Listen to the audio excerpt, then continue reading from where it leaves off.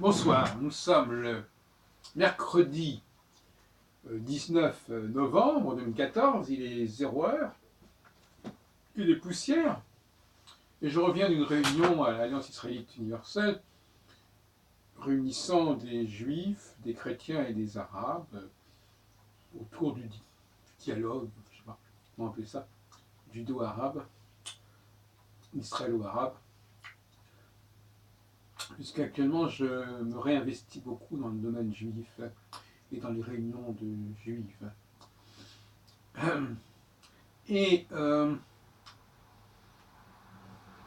il y avait notamment le grand rabbin René Samuel Sirac, que j'ai eu comme professeur aux langues orientales dans les années 70. Et il y avait également un imam, et puis un grand personnage, l'archimandrite de Nazareth, qui représentait le judaïsme, le christianisme oriental. Et une question que j'aurais souhaité poser à tous ces personnages, en tout cas à ceux qui n'étaient pas juifs ici, et même à l'autre, c'était la question de la création de l'État d'Israël, la question du retour des Juifs dans la région. Comment c'était vécu par eux? Comment c'était vécu notamment par les Arabes israéliens, puisqu'il y avait cette archimandrite qui était un arabe israélien et les chrétiens. Cette question n'a pas été posée.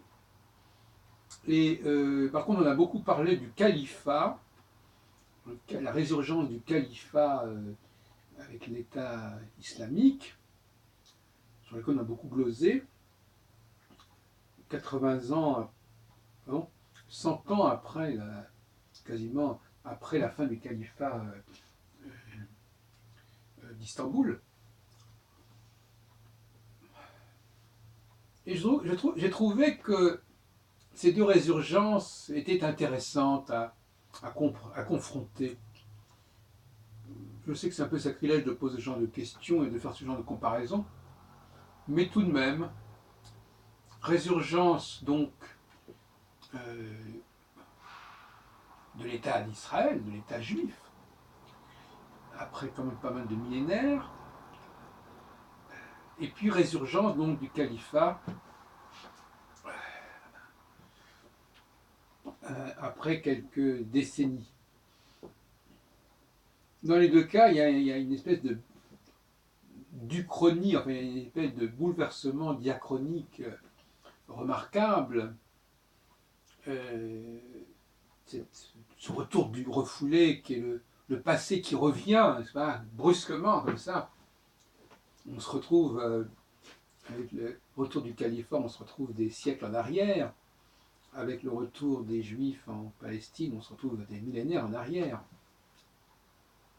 Il y a un parallèle que je me permets de proposer, qui est discutable. J'aime bien avoir un point de vue équitable, si on peut dire. Enfin, toujours est-il que ce n'est pas le sujet qui a été débattu ce soir, et qu'il n'a même pas été effleuré, puisqu'on a seulement parlé du califat, et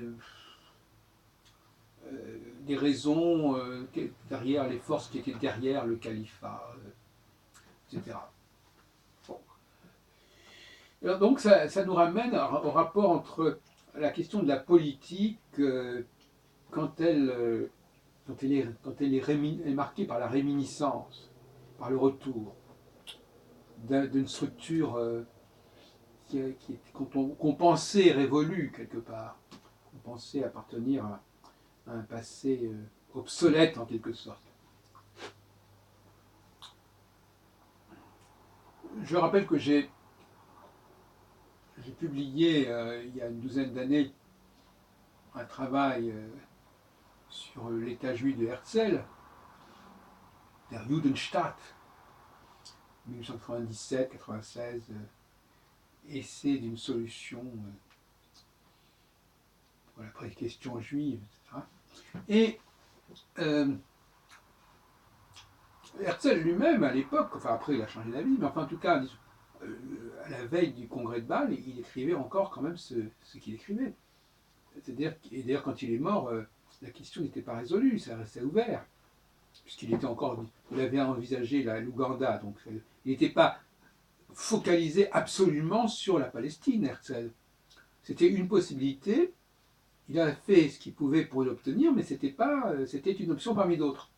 Et dans l'État juif, il dit, il y a la Palestine, mais il y a aussi l'Argentine, et puis par la suite, il a envisagé d'autres propositions que lui avait fait l'Angleterre notamment. Et ce sera d'ailleurs justement l'Angleterre qui, en 1917, fera la proposition, alors que Herzl est mort, fera la proposition à Lord Rothschild, par le biais de son Premier ministre Lord Balfour, de carrément occuper la Palestine, de considérer la Palestine comme étant historiquement et politiquement le lieu de rassemblement des Juifs. Bon, je ne reviens pas là-dessus parce qu'effectivement, quelles étaient les motivations de l'Angleterre? Elles étaient certainement religieuses. C'est ce qu'on appelle le sionisme chrétien. Et on sait que dans les milieux protestants, ce sionisme chrétien était très vivace et qu'ils étaient même plus sionistes que les juifs, à la limite.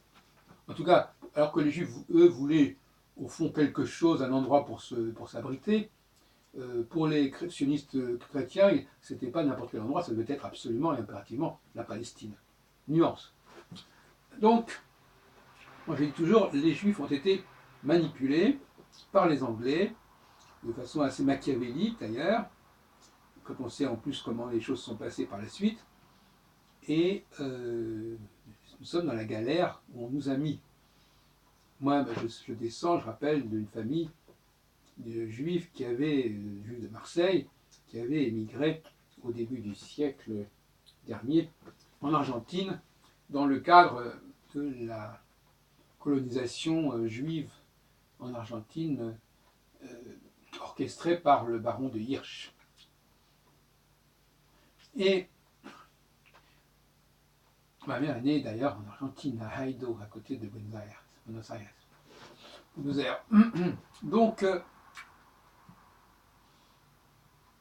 je ne sais pas, je crois qu'on appelle ça territorialiste, ceux qui considèrent qu'il faut un territoire, mais pas forcément la Palestine. Je crois qu'on les a appelés à une époque territorialistes. Donc quelque part, moi je suis assez territorialiste. Et en même temps, je reconnais que le judaïsme s'est forgé en Palestine. Pour des raisons que j'ai déjà expliquées par ailleurs, c'est-à-dire c'était la tête de pont de l'Occident en Palestine. Et c'est d'ailleurs uniquement dans cette optique-là qu'en limite le projet israélien ferait sens, s'il était porté par l'Europe. Or, il s'est passé quelque chose d'assez déplaisant à ce niveau-là, c'est qu'en 1947, quand on a voté, le 29 novembre 1947, c'est-à-dire 2 jours avant ma naissance, l'Assemblée générale a voté le plan de partition, eh bien, il était prévu que, et c'est comme ça que ça a été voté, sous ces conditions, que la région de Jérusalem, avec même un couloir allant jusqu'à la mer, si je me souviens bien, serait internationalisée. Ce ne serait ni juif ni arabe. Et ça n'a pas été respecté. Donc on peut dire que, quelque part, les choses n'ont pas été respectées comme ça avait été prévu. Et je pense que c'est dommage parce que l'Europe s'est désolidarisée quelque part de ce projet, alors que si elle avait été concernée plus directement par l'affaire de Jérusalem, et si Jérusalem était dès le départ restée internationalisée, il y a beaucoup de problèmes qui ne se poseraient pas aujourd'hui. Alors, donc je dis que Israël, pour un historien, soit un point essentiel pour la compréhension du judaïsme, ça me paraît évident. Concernant l'avenir, ça me paraît moins évident. Moi, je veux dire, la source, oui, d'accord, oui, les causes, oui, que ça ait joué un rôle très important, oui, mais bon, maintenant, les choses ont évolué et ce qui a été nécessaire à la formation de l'âme juive, de l'esprit juif, du génie juif, ça n'est plus nécessaire parce que de toute façon, tout ça, c'est dans les gènes, tout ça, c'est s'est intégré complètement en profondeur. Et donc, c'est pas ce qu'on va faire maintenant qui va changer le processus. Parce que, je répète encore une fois, que pour moi, les programmations qui datent d'il y a plusieurs millénaires, elles ne sont pas remises en question du jour au lendemain comme ça. Bon, donc, effectivement, je ne suis pas très partant pour ce genre de spéculation sur le fait qu'on puisse changer après des millénaires le cours des choses. Enfin, en tout cas, les structures synchroniques de la place des Juifs dans le monde, je pense que ça ne peut pas véritablement changer. Donc, ça n'est pas très grave que les Juifs soient dans tel endroit ou dans tel endroit. Ce qui est important, c'est qu'on les laisse tranquilles et que pour ceux qui ont besoin, pour une raison ou pour une autre, de se réfugier, ce serait peut-être souhaitable. D'ailleurs, sans vouloir faire de l'humour noir, je pense qu'il serait même urgent de choisir un autre lieu de refuge que Israël, dans une autre région du monde, pour que justement, si jamais dans la région du monde qu'est Israël, les choses se gâtent, les Israéliens puissent aller ailleurs sans être refoulés vers les communautés déjà existantes. Donc je dis que l'existence d'un Israël bis serait probablement une très bonne idée. Et c'est à creuser. Je suis assez partant pour cette idée en fait. Je ne sais pas où ça pourrait avoir lieu, en Amérique du Sud, en Afrique, ou n'importe où. Mais il faudrait que ça ait lieu quelque part, peut-être même en Europe, j'en sais rien. Il faudrait trouver une solution. Après tout, c'est pas forcément très grand. Peut-être en Russie, après tout. Il y a déjà eu l'idée du Biélorusse à l'époque de Staline. On va peut-être y revenir, hein, on va peut-être y revenir. Mais enfin, ça ne devrait pas être impossible de trouver quelques dizaines de milliers de kilomètres carrés sur cette planète pour éventuellement envisager, mais après tout, un plan B. Pourquoi pas? C'est pas complètement absurde en vérité.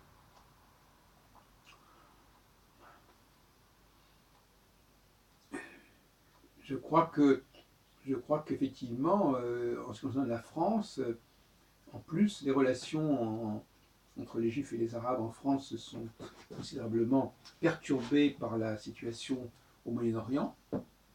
Donc ça déstabilise la France. Ce qui se passe en Israël, ça déstabilise la France et est voué à déstabiliser la France toujours plus. Donc ça, c'est aussi un souci pour les gens qui vivent en France. Donc on a tout à fait intérêt, nous les Français, et les Juifs français, à déminer cette situation, de toute façon. Et oui, il y a eu des erreurs de commises, de la même façon que le fait de confier le mandat sur la Palestine à la Grande-Bretagne a été aussi une erreur, parce que la Grande-Bretagne était un pays qui avait d'autres intérêts avec d'autres pays arabes en dehors de la Palestine, et ils ont été soumis à une certaine pression. Si on avait donné le mandat par exemple, aux Pays-Bas, par exemple, ben, il y aurait probablement eu moins de problèmes. Les Pays-Bas auraient moins été soumis à des pressions que la Grande-Bretagne, qui avait des enjeux en Inde, mais aussi dans le reste du monde arabe, et y compris d'ailleurs comme la France et l'Allemagne, y compris tout le reste du monde arabe, qui se libérait ainsi de la tutelle ottomane, mais qui finalement se retrouvait sous le contrôle des mandats français et britanniques, selon les régions. Alors, moi je suis très attaché à Jérusalem, j'y ai vécu pas mal de temps, c'est une des villes que je connais le mieux, qui m'a marqué le plus par rapport de Paris. Donc de ce côté-là, je vous montre d'ailleurs un numéro spécial de l'Arche consacré à Jérusalem. Mais mon sentiment personnel à l'égard de Jérusalem ne m'empêche pas de réfléchir froidement à ces questions, et donc je considère qu'il est possible que le XXIe siècle voit naître un Israël bis.